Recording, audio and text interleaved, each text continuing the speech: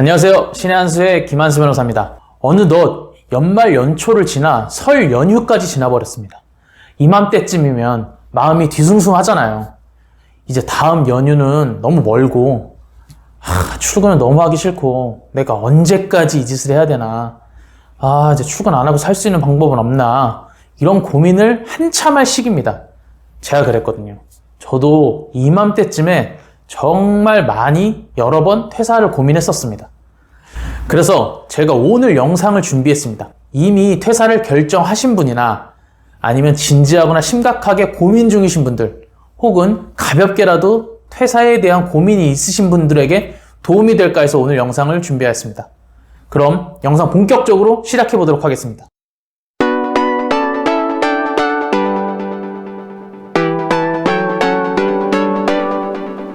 저는 현재 변호사로서 개업을 한 상태인데, 그 전까지 4번의 직장을 거쳐서 현재 개업을 했습니다. 그러니까 4번의 퇴사가 있었다는 것이죠. 아니, 벌써 제가 4번이나 퇴사를 했습니다. 4번이나. 오늘은 그 중에서 제 인생에서 가장 큰 터닝 포인트가 됐던 대기업을 그만두고 대기업을 퇴사하고 로스쿨에 가게 된 이야기를 한번 해보도록 하겠습니다. 제가 회사를 잘 다니다가 어느 순간에 이제 회사를 그만둬야겠다, 그렇게 결심한 순간이 있었어요. 그때가 언제였냐면요, 제가 월요일 아침에 출근을 하면 그날 퇴근도 아니고 금요일날 퇴근할 때를 기다리고 있더라고요. 그러니까 무려 일주일에 5일을 그냥 무의미하게 흘려보내고 빨리 지나갔으면 이렇게 지내고 있던 거예요. 그런 제 자신을 발견했을 때 저는 퇴사해야겠다 생각을 했습니다. 그리고 그때쯤에는 월급이나 상여금이 제 통장에 쏙 들어와도 저는 기쁘지가 않았어요. 제가 그때 현대자동차를 다녔었거든요. 근데 그 당시 현대자동차 연봉이 상당했습니다. 이제 이 자료를 보시면 이게 현대자동차 상여금 추이가 나타난 자료인데요. 제가 현대자동차를 2011년부터 2013년까지 다녔거든요. 보시면 이게 성과급이 가장 높을 시기예요. 그리고 2011년도 그래프는 낮지만 이때 주식을 줬거든요. 그러니까 저는 현대자동차에서 상여금을 가장 많이 줄 때 재직을 하고 있었거든요. 그런데도 전혀 기쁘지가 않았어요. 물론 저도 그 당시에도 제가 제 능력에 비해 좋은 회사를 들어가서 상당히 고연봉을 받고 있다는 건 알고 있었어요. 근데 그럼에도 매일매일이 괴로웠습니다. 그래서 제가 타 회사에 다니는 친구들이나 같은 회사 동기들에게 상담을 좀 했어요. 아니, 나는 이렇게 너무 괴로운데 니네 괜찮냐? 니네 회사 다닐만해? 이랬더니 친구들은 100%는 아니지만 참을만하다. 이 정도면 이 연봉 받고 이 돈 주는 데가 나한테 어딨냐? 난 만족한다. 대체로 이런 반응이었습니다. 그래서 그런 얘기를 듣고 처음에는 진짜 내가 이상한가? 내가 진짜 사회 부적응자인가? 이런 생각까지 했었어요. 그래서 이제 그 친구들을 좀 벤치마킹 해야겠다. 그래서 제가 회사에 잘 적응하는 친구들을 좀 분석해보기 시작했습니다. 그러니까 이제 몇 가지 유형이 있더라고요. 먼저 첫 번째는 되게 일과 삶을 잘 분리하는 친구였어요. 회사는 회사고 내 삶은 내 삶이다. 그래서 이런 친구들은 퇴근 이후에 회사의 영향을 잘 받지 않고, 일단 회사는 돈을 버는 곳이라는 개념이 명확했어요. 그런데 저는 사실 이렇지 못하거든요. 저는 굉장히 영향을 많이 받아요. 회사에서 우울하면 그게 제 삶에도 깊숙이 영향을 미치는 스타일이거든요. 그래서 이 방향이 아니겠다, 안 되겠다, 이렇게 생각을 했습니다. 그리고 또 다른 유형의 친구들을 보니까 이 친구들은 조직과 내가 하나가 되는 무라일체의 경지에 이르는 이런 친구들이었어요. 그러니까 내가 열심히 일을 해서 회사가 발전하면 그게 곧 나의 성장이다, 짐이 곧 회사다, 이런 친구들이었습니다. 물론 저는 이런 생각이 있으면 조직을 위해 열심히 일하면 그 개인도 분명히 성장한다고 생각을 하거든요.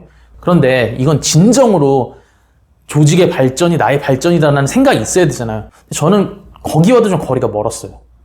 마지막으로 또 다른 유형의 친구들은 회사 안에서 자기 능력을 키울 수 있는 그런 일을 하는 친구들이 좀 만족스러워 하더라고요. 그러니까 예를 들면 재무나 인사, 마케팅, 연구 개발, 이런 일을 하는 친구들은 꽤 만족하면서 다니더라고요. 저는 이 방향에는 제가 좀 맞다고 생각을 했어요. 그런데 저는 당시에 이런 일들을 할 능력이 안 되었습니다.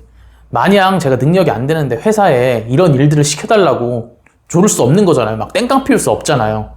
이렇게 나름의 분석을 거치고 나니까 오히려 제 스스로가 제 자신을 좀 더 잘 알겠더라고요.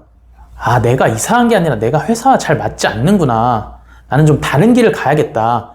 이런 판단이 들었고, 그래서 제가 퇴사를 결심하고 로스쿨 입학 준비를 시작했습니다. 그러니까 여러분들도 지금 회사를 다니시면서 참을 수 없는 괴로움, 견디기 힘든 괴로움을 느끼고 있다. 남들과 다른 차원의 괴로움을 느끼고 있다면 이건 정말 내가 이상하구나 생각하지 마시고 다른 방향으로의 변화를 좀 시도해보세요. 그러니까 작게는 부서 이동, 이제 좀 크게는 퇴사 후 이직도 있고, 전문직으로 도전도 있고, 사업도 있고, 이런 다른 방향을 모색해 보시기 바랍니다. 아니, 인생 한 번 사는데 돈 버는 게 정말 중요하지만 정말 참기 어려운 괴로움을 견뎌가면서까지 돈 벌어야 된다고 생각하진 않거든요. 남들은 다 괜찮은데 나만 너무 괴로워. 그럼 내가 이상하다고 생각하지 말고 나와 잘 안 맞는 거니까 좀 다른 방향을 모색해 보시기를 바랍니다.